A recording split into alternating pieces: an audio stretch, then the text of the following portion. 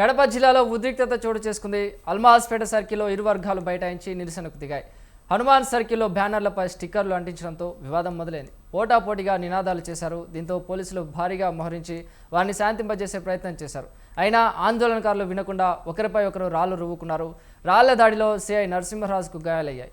ఇరు వర్గాలు ఘర్షణలతో అల్మాస్పేటలో ఉద్రిక్త పరిస్థితులు నెలకొన్నాయి.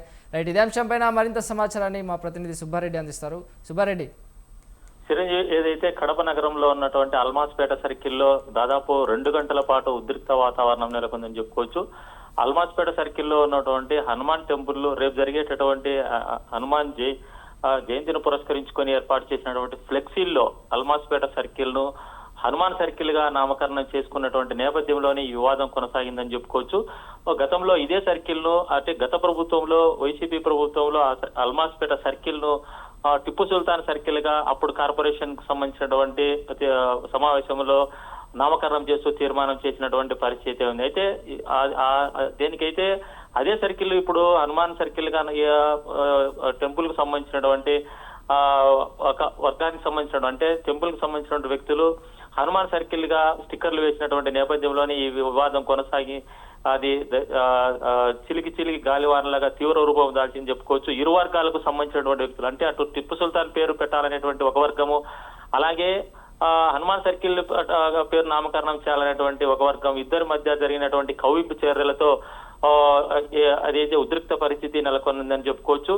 పోలీసులు ఇరు వర్గాలను సర్ది చెప్పాలని చెప్పినా కూడా ఏదైతే ఆ సర్కిల్ పై సంబంధించినటువంటి అంశంపై జరిగినటువంటి ఈ వివాదము కు సంబంధించి పోలీసులు ఇరు వర్గాలను శాంతింపచేయాలని చర్చలు జరిపినా కూడా ఆ చర్చలు అనేటువంటి ఫలించినటువంటి పరిస్థితి ఉంది. చివరకు ఇద్దరు కూడా 2 వర్గాలకు సంబంధించిన వారు కవ్వింపు చర్యలకు పాల్పడి రాళ్లు రూవుకోవడం జరిగింది. అయితే ఈ రాళ్లు రూవుకున్నటువంటి నేపథ్యంలోనూ ఆందోళనకారులు చేసినటువంటి ఈ గొడవలకు సంబంధించి పోలీసులకు అలాగే ఆ తాలూకా సిఐ నరసింహరాజుకు గాయాలు కావడం జరిగింది. అలాగే ఇరు వర్గాలకు సంబంధించినటువంటి కొందరు వ్యక్తులు కూడా గాయాలు కావడం జరిగింది. అయితే ఇంత ఉద్రిక్త పరిస్థితి నెలకొన్న అంత ఫోర్స్ ఉన్నా కూడా ఈ గొడవ అనేటువంటిది దాదాపు 2-3 గంటల పాటు కొనసాగినటువంటి పరిస్థితి. చివరకు పోలీసులు బాష్పాయువు కూడా 2 సార్లు ప్రయోగించినటువంటి పరిస్థితి ఉంది.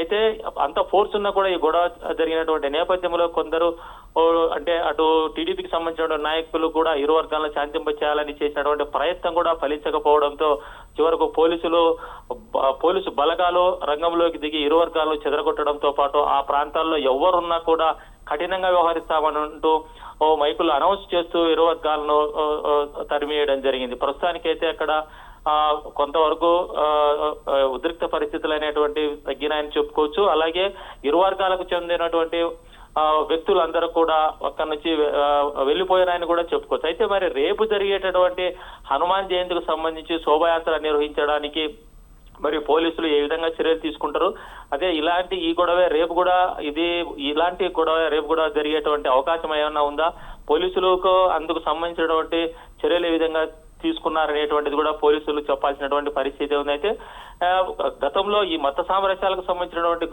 గొడవలు ఎప్పుడు కూడా కడపలో జరిగినటువంటి పరిస్థితి లేదు. మరి ఈ రోజు ఈ గొడవ జరగడానికి కారణాలు కూడా పోలీసులు ఆ కారణాలకు సంబంధించినటువంటి వాటిని కూడా ఆ ఇరు వర్గాలకు సంబంధించినటువంటి వ్యక్తులకు కూడా పిలిపించి చర్చించి ఇలాంటి సమస్య తీవ్ర రూపం జరగకుండా మరోమారు జరగకుండా చేయాల్సినటువంటి బాధ్యత పోలీసులకు ఉందని చెప్పుకోవచ్చు. మరి రేపు జరిగేటువంటి శోభాయాత్రకు పోలీసులు కూడా ఏ విధంగా వ్యవహరిస్తారనేటువంటిది కూడా ఒక సస్పెన్స్ అనేటువంటిది కొనసాగుతుందని చెప్పుకోవచ్చు.